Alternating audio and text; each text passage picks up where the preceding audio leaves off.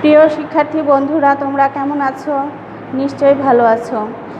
আমি শেরেবাংলা উচ্চ বিদ্যালয়ের সহকারী শিক্ষক মোসাম্মদ তানজেরা খাতুন চলে এসেছি তোমাদের অনলাইন ভিত্তিক ক্লাস নিতে। তোমরা বাসায় সবাই পড়াশোনা করছো, তাই না? অবশ্যই পড়াশোনা করছো। আমাদের এখন যেহেতু স্কুলে আসার সুযোগ নেই, তাই আমরা অনলাইন ভিত্তিক এই ক্লাসগুলো অত্যন্ত মনোযোগ সহকারে দেখব। আজকে আমি তোমাদের নিয়ে এসেছি বাংলাদেশ ও বিশ্ব পরিচয় এই বিষয়ের দ্বাদশ অধ্যায়ের অর্থনৈতিক দিকসমূহ ও বাংলাদেশের অর্থনীতির প্রকৃতি। এই বিষয়ে আজকে আমি তোমাদের আলোচনা করব। অর্থনীতি কী জিনিস সেটা তোমরা কিছুটা হলেও জানো, তাই না? অর্থনীতি বলতে কি বোঝায়? দেশ, ধন সম্পদ, টাকা পয়সা ইত্যাদি এইসব মিলে একটা অর্থনীতির ব্যাপার হয়, এটা আমরা সাধারণভাবে বুঝি। তো এটা আমরা এখন অত্যন্ত ভালোভাবে বুঝবো। কেমন শিক্ষার্থী বন্ধুরা? তোমাদের সামনে তোমরা খাতা কলম নিয়ে বসেছো তো? একটা খাতা কলম নিয়ে এবং তোমাদের পাঠ্য বইটা নিয়ে তোমরা ঝটপট বসে পড়ো। অর্থনীতি এমন একটা জিনিস যেটা দিয়ে আমরা আমাদের জীবনের সমস্ত কিছু প্রয়োজন মিটিয়ে থাকি, তাই না? কোনো দেশের অর্থনৈতিক অবস্থা জানতে হলে সে দেশের মোট জাতীয় উৎপাদন, মোট অভ্যন্তরীণ বা দেশজ উৎপাদন ও জনগণের মাথাপিছু আয় জানা প্রয়োজন। এগুলো বলা হয় অর্থনীতির নির্দেশক, কারণ এগুলো অর্থনীতির অবস্থান নির্দেশ করে। দেশের অর্থনীতি পূর্ববর্তী অবস্থার তুলনায় এগিয়ে যাচ্ছে, পিছিয়ে যাচ্ছে, নাকি এই অবস্থায় আছে, তা উক্ত নির্দেশক সমূহের মান দ্বারা বোঝা যায়। এগুলোর সাথে কৃষি, শিল্প, সেবা এবং অন্যান্য খাতে উৎপাদনের অবস্থা কী, বিদেশ থেকে কর্মজীবী মানুষ যে অর্থ দেশে প্রেরণ করছে তা জাতীয় অর্থনীতিতে কেমন প্রভাব ফেলেছে, এসব কিছু বিবেচনা নিয়ে দেশের অর্থনীতির অবস্থা ও প্রগতিসমূহ জানা সম্ভব। এ অধ্যায়ে এ সকল অর্থনীতির নির্দেশক অর্থাৎ মোট অভ্যন্তরীণ উৎপাদন, মোট জাতীয় উৎপাদন, মাথাপিছু আয় এবং বাংলাদেশের অর্থনীতি প্রকৃতি ও এর উল্লেখযোগ্য খাতসমূহ বিভিন্ন বিষয় সম্বন্ধে আমরা অবহিত হব।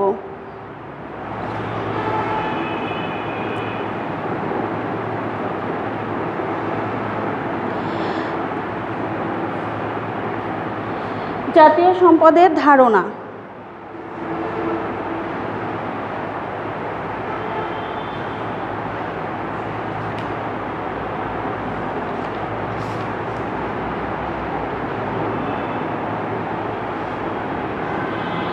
দেখো, আমরা জাতীয় সম্পদের ধারণা সম্পর্কে আমরা জানবো। আমরা সাধারণত অর্থ, জমি জমা, বাড়ি ঘর, নানা রকম প্রয়োজনীয় স্থায়ী দ্রব্য সামগ্রী, স্বর্ণ রৌপ্য প্রভৃতিকে সম্পদ বলে থাকি।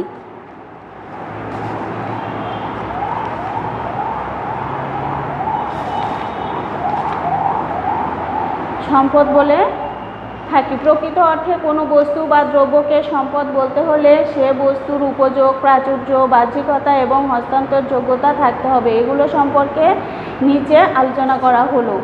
উপযোগ: যে দ্রব্যে মানুষের অভাব পূরণের ক্ষমতা আছে,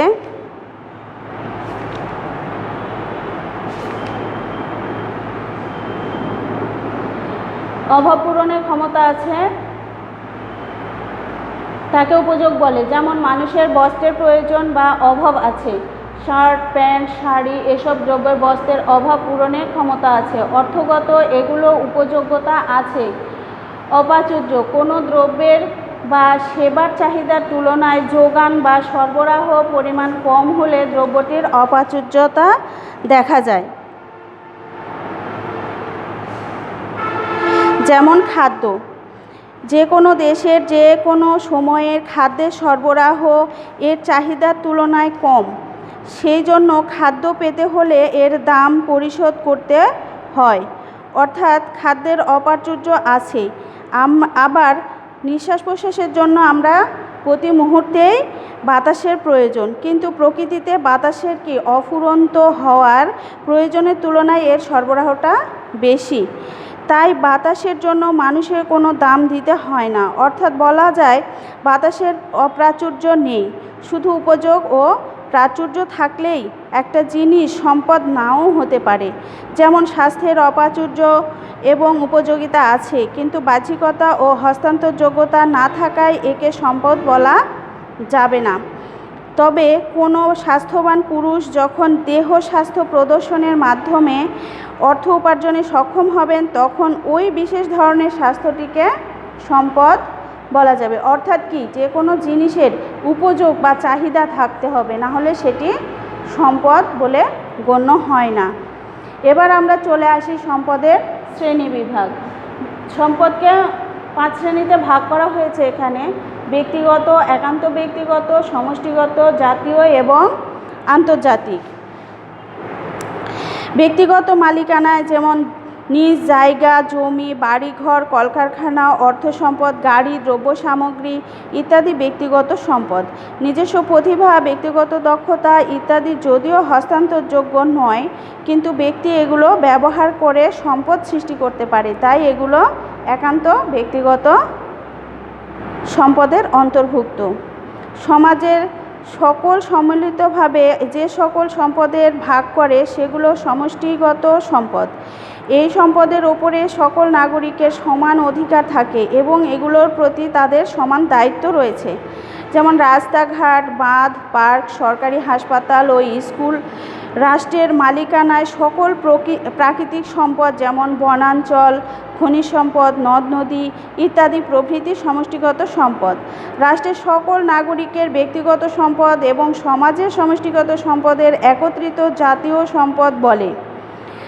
তাছাড়া যে কোনো জাতির নাগরিকের গুণবাচক বৈশিষ্ট্য যেমন কর্মদক্ষতা, উদ্ভাবনী শক্তির প্রযুক্তিগত জ্ঞান ইত্যাদি জাতীয় সম্পদের অন্তর্ভুক্ত।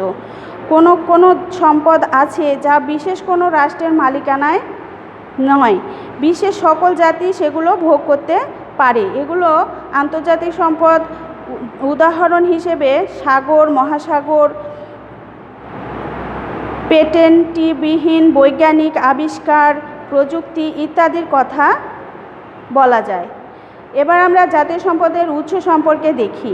জাতীয় সম্পদের উৎস প্রধানত দুটি: প্রাথমিক প্রকৃতি সম্পদ এবং দ্বিতীয়টি হলো মানব সৃষ্ট।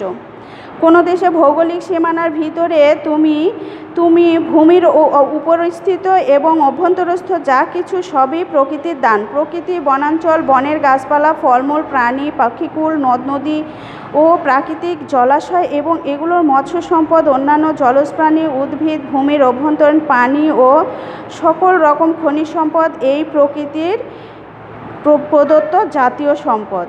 কোনো দেশের আদিবাসীরা তাদের শ্রম, মূল্যবোধ সাহায্যে প্রাকৃতিক সম্পদের ব্যবহার, সংগ্রহ, উত্তোলন করে এবং সেগুলো রূপান্তর, স্থানান্তর এবং নতুন সম্পদ সৃষ্টি করে, তাই হলো মানব সম্পদ, মানব সৃষ্ট সম্পদ। তাহলে আমরা কি জাতীয় সম্পদের দুটি উৎস সম্পর্কে আমরা দেখলাম, একটা হলো প্রাকৃতিগত সম্পদ আর একটা হলো মানব সৃষ্ট সম্পদ। তাহলে তোমরা এখন বলো তো দেখি, প্রাকৃতিক সম্পদ বলতে আমরা কোনগুলোকে বুঝছি?